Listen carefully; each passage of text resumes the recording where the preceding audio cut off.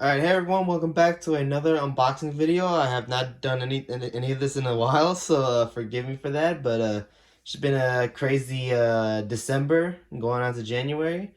But just coming back with some pretty cool stuff I was able to find over the past several months. Maybe not several, like the past 2 months, I believe. I've managed to find the Godzilla vs. Kong Playmates Mega Kong figure, so that's really cool. I've been looking for it for a while, and I was able to find it at Walmart, similar to the Godzilla. And here we have the Jurassic World Camp Cretaceous T-Rex, the what's it called? I guess it's just called the Stomp and Escape, I believe it's called. So definitely interested in checking that out. And then also wanted to show some Halo Infinite stuff. The Jazzwares World of Halo figures. I believe these are all series. This is series 3 and these are series 4. Definitely excited to open these. I've had them for a while, like I said, for a few months, and definitely want to crack them open and check them out. Let's go ahead and get right to it.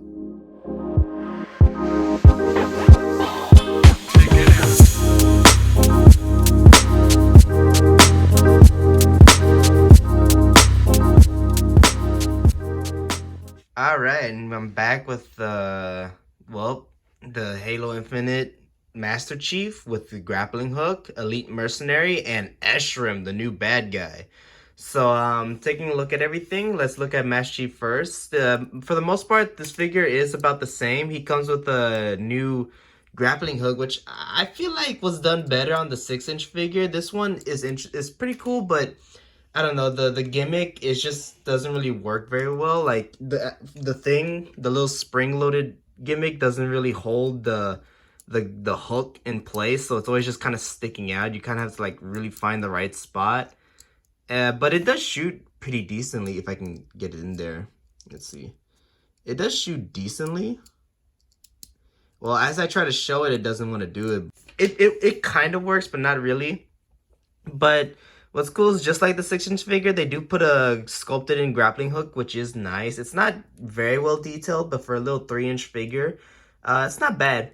And he does come with the new Commando Rifle, which is actually really fun to use in campaign. It's pretty solid in multiplayer, but I prefer using it in campaign because the AI is kind of, they don't move as weird as real people do, so it's easier to get the headshots. But what's pretty cool is that there is added paint. It's not all gray, like as you can see, that's very inconsistent with how this looks, but the green is a little darker. The kind of weathering effects are nicer. And they did paint these little sections too, which is cool. And you see that, the little battle damage area. And then, his visor looks nice. Not too bad, and pretty decent paint. The sculpting's mostly the same. I think the articulation is slightly better. I do have the original Master Chief. At least I think this is the original Master Chief, or it's the one that came with the Warthog. I can't remember actually. Or it's the one that came with the Chieftain. I don't know. Point is, here's one of the earlier Master Chiefs. And as you can see, the arm kind of bends right there, where this one bends a little bit further. It's still not great, but there is kind of a difference. But, as you can see, the paint is very different.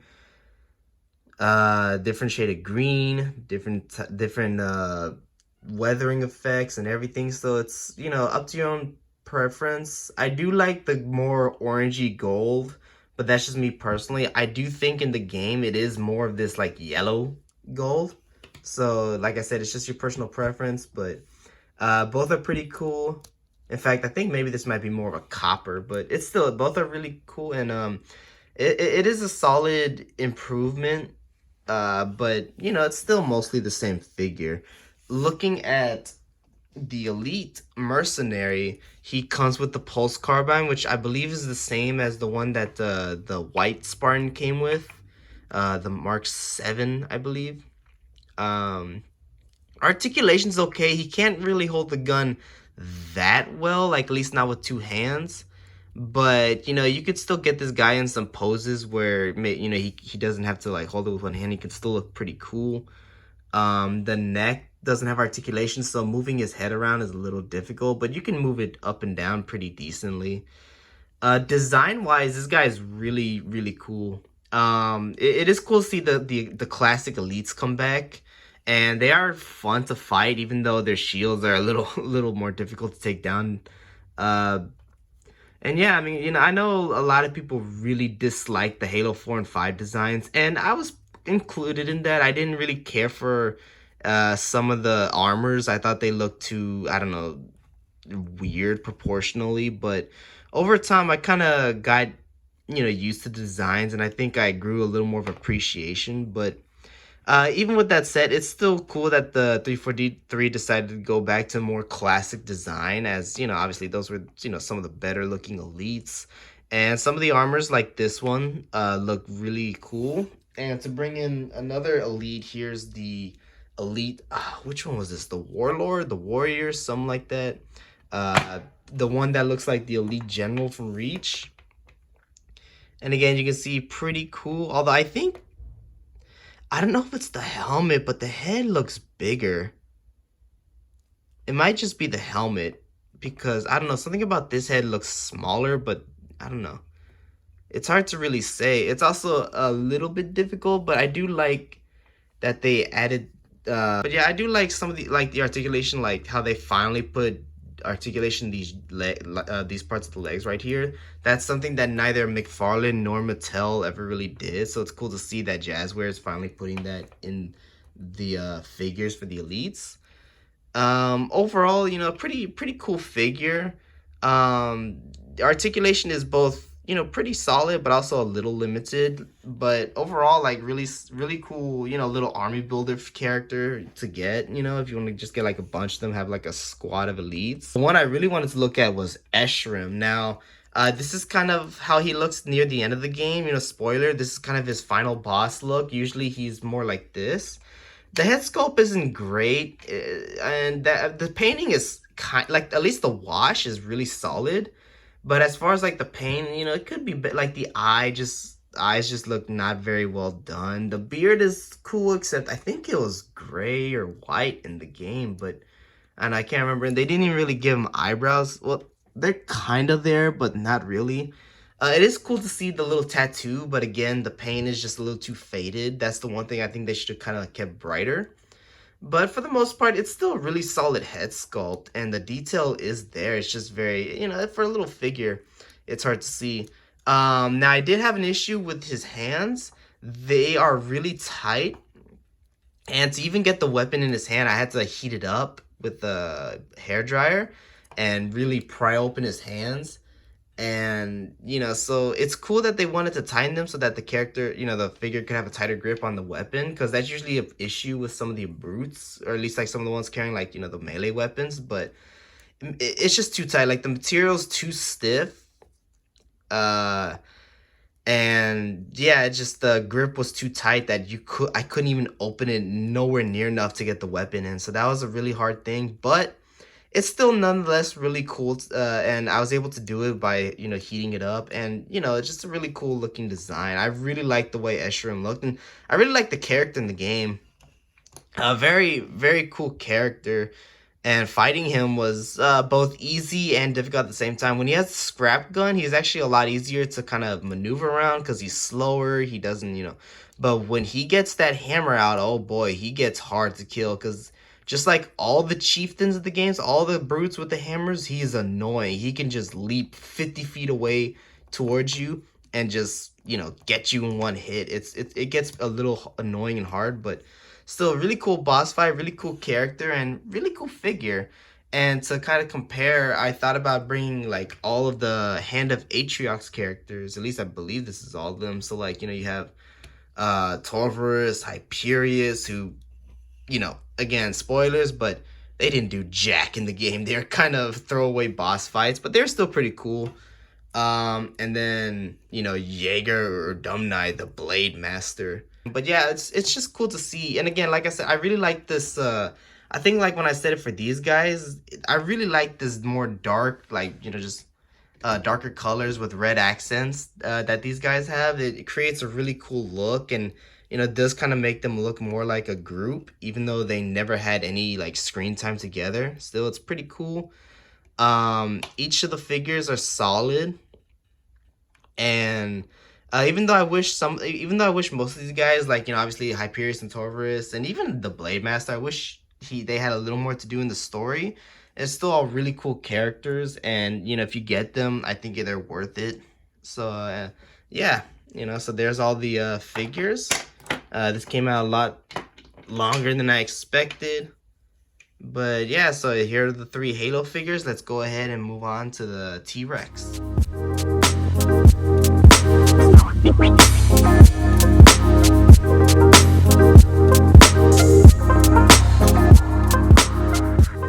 Alright, and here we have the Stomp and Escape T-Rex from Mattel's Jurassic World Camp Cretaceous line. That's a mouthful, but I think from what I've heard, this is supposed to be the T-Rex from Dominion, but I'm not too sure about that. I think that's just a rumor, and maybe might have been disproved by now. All I know is that we have yet another T-Rex figure, but this one's actually really cool. Of all the ones that I've seen, this is the one that actually interested me most because it's kind of like the, oh god, what was it? The Stomp and Strike? I can't remember. It's the one of the first T-Rexes that came out where it has the electronic roars, but the articulation doesn't look too because I remember there was one where it had the swiping tail, but the joints on it just looked so not like appealing to look at.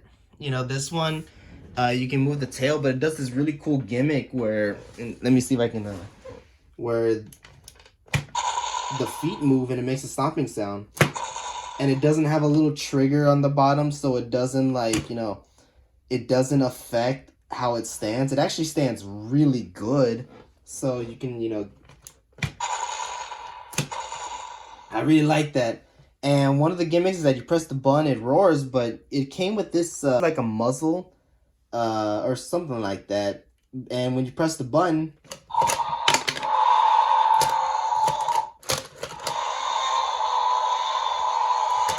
so I think it's supposed to fall apart a little more, but as you can see, it's really cool. Really cool effect. And as you heard, they have the sound on the bottom, so you just press the button.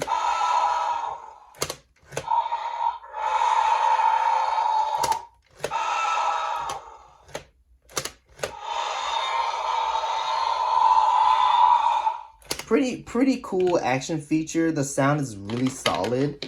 But just real quick, I want to do a comparison. Here's the T-Rex that I was talking about. I can't really remember its name. I think the Stomp and Roar, Stomp and Strike, something like that. But as you can see, this is what I'm talking about. It has a little trigger on the right foot. Same sound effect, I believe, but it just, again, it kind of kept it from balancing as much. It's doing it better here, but still. But if y'all remember, I believe, yeah, so,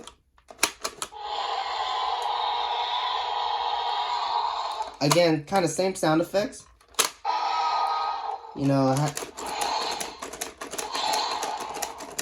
so really, this is still like a really cool figure, but I think that this new one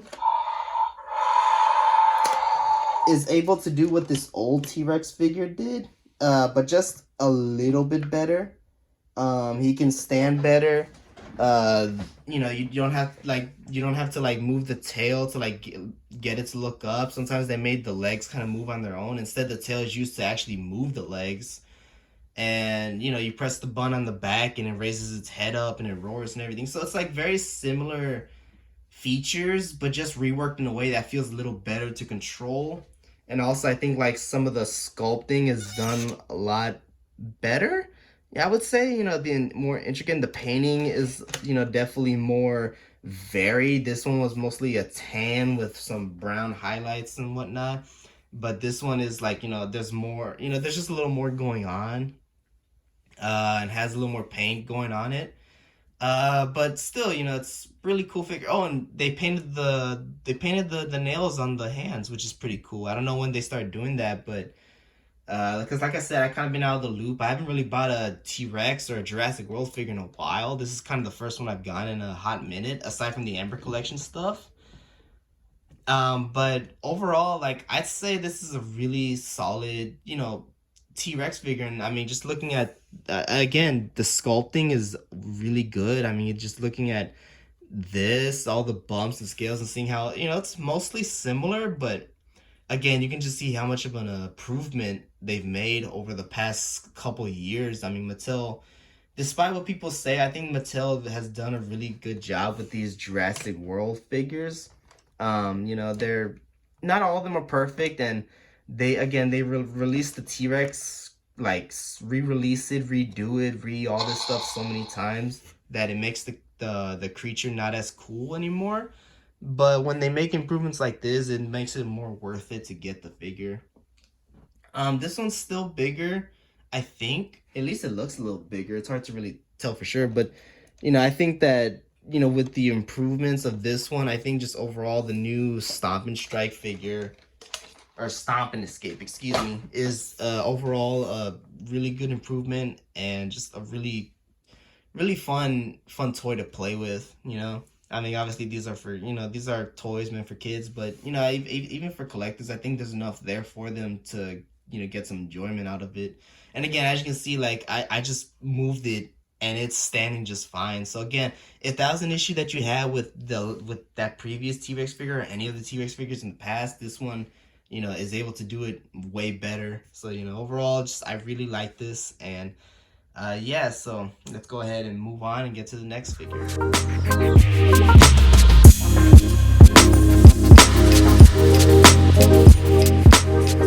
Alright, so here we have the Mega Punching Kong from Godzilla vs. Kong. I had to look that up. Honestly, I don't even know the names of these figures. All I know is that, the last one was the T-Rex, this one's King Kong. But yeah, so this is from Playmate's Godzilla vs. Kong line. And like I said in the intro video, I've been trying to find this guy for a while. I haven't been able to find him, but thankfully I managed to find one right before the scalpers got him, so that was pretty cool. And yeah, so let's go ahead and check him out. Now, obviously, one of the biggest things about this is the features. So it has light up eyes and sounds. So like the title says, he's mega punching. So you twist his waist and he kind of does like a twist. But if you have his hand like this, it can either be like he's punching Godzilla or he's about to hit him with a battle axe. So, a pretty cool little feature. And I think so it does kind of work like that, and you can hear all the different sound effects. All of them are movie authentic. I believe they are. I mean, I've seen the movie a few times, and those sound exactly how he sounds in the movie. So, pretty authentic to the film. Articulation is limited, but for a big figure, especially for a gimmicky figure for kids, it's not bad. Like his arms can kind of go out that much. He can do a 360. Thankfully, the articulation isn't limited by the electronics. He has the elbow joint. He has a wrist swivel. No movement for the legs at all, which is interesting, but his feet can go in a circle. And what's actually really cool is that his mouth can open. And it's not because of the gimmick like Godzilla. His mouth can just open. So that's pretty cool. Even though the sculpting for it is not done well at all. It's still cool that they at least, tried. But still pretty cool little feature. And as you can see, his eyes light up red. Oh, wait.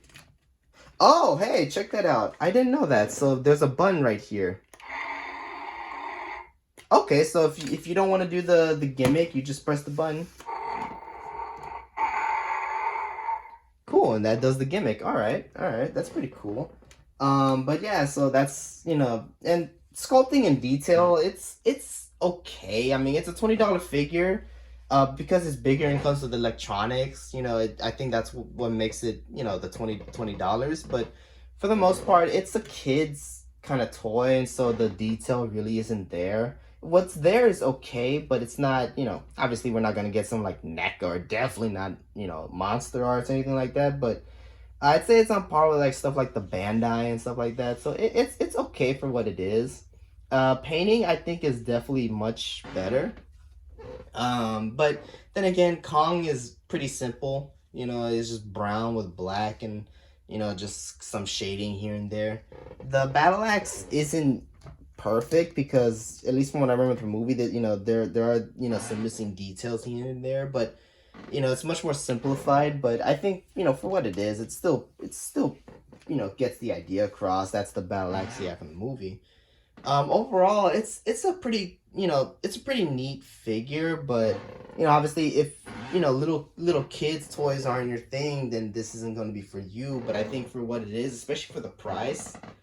Actually, no, is this $20? Actually, I think this is $30, but still $30. I mean, for the price, it's still really fun and nice little gimmicky toy.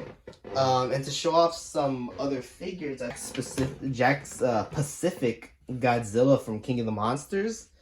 And as you can see, he's pretty tall, the Godzilla, but Kong just feels a lot just looks a lot heavier, so which I think is kind of how he looks in the movie, but I think they're a little more proportional to each other. Like Godzilla's bigger than Kong, but he's still, I don't know. But so here we have the Playmates Godzilla, the I think what was it, the Giant Godzilla, and yeah, I mean, you can just see again, pretty pretty solid. For a $20 figure, pretty solid detail and painting. Is very simple and basic, but it gets the idea across. And you can see next to the Mega Punch Kong, it's really small, but still pretty decent size. And here we have the Giant Kong, and as you can see, just very different looks. I guess they thought Kong was going to be more black in this one, so they colored him differently, but as you can see, this is definitely much more of an accurate paint job. Both are very bulky. Obviously, this Mega Punching Kong is a little bit taller. But it's a pretty cool, just pretty cool to see the differences. I think this came out a little bit before the movie, if memory serves me well, and this came out after. So I think, obviously, like I said, there's some differences that happened because of accuracy and all that. I'm not sure if the axe fits in his hand. I actually haven't tried that. But honestly, I don't even think I could fit it in there. The hand looks kind of closed off, and I don't really want to, like, mess up anything. It might have to be like the Eshrim figure where you just have to use a blow dryer, but again, it's meant more for this guy, but it's pretty cool. So there's that, and the one I really wanted to show off was the mega what's it called, Mega Heat Ray Godzilla. I prefer Giant Kong and Giant Godzilla. They're simple and to the point, but Mega Heat Ray and Mega Punching Kong is still pretty cool. But yeah, so there we have Godzilla and Kong staring at each other. And I'd say it's a pretty decent sizes. I mean, Godzilla does look a little smaller in proportion, but he is taller than Kong, so I guess it's fair. But it's still overall like some, really neat little some neat big figures, I should say. They're not little. I'm trying to see if I can find his. I had the little heat ray things, the little missiles that came with Godzilla, but I can't seem to find them.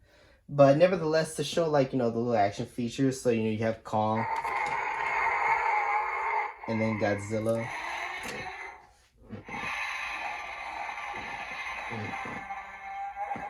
So really cool, figures to play with. I mean, they growl, they roar, they glow. They have all these features.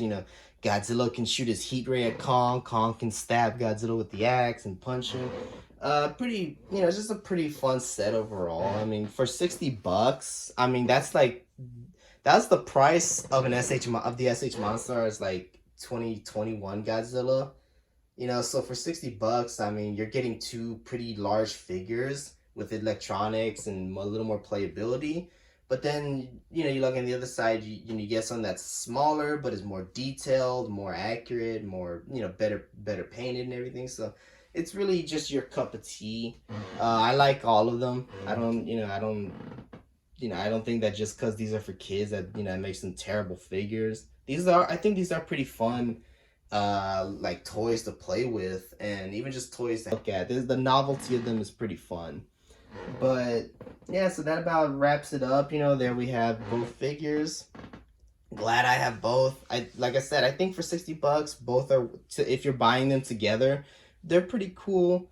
If you can find them, of course, they're very difficult to find for a decent price. But like I said with Godzilla, if you can get them for their original $30 price tag, they're definitely worth getting. So yeah, let's go ahead and move on to the ending of the video.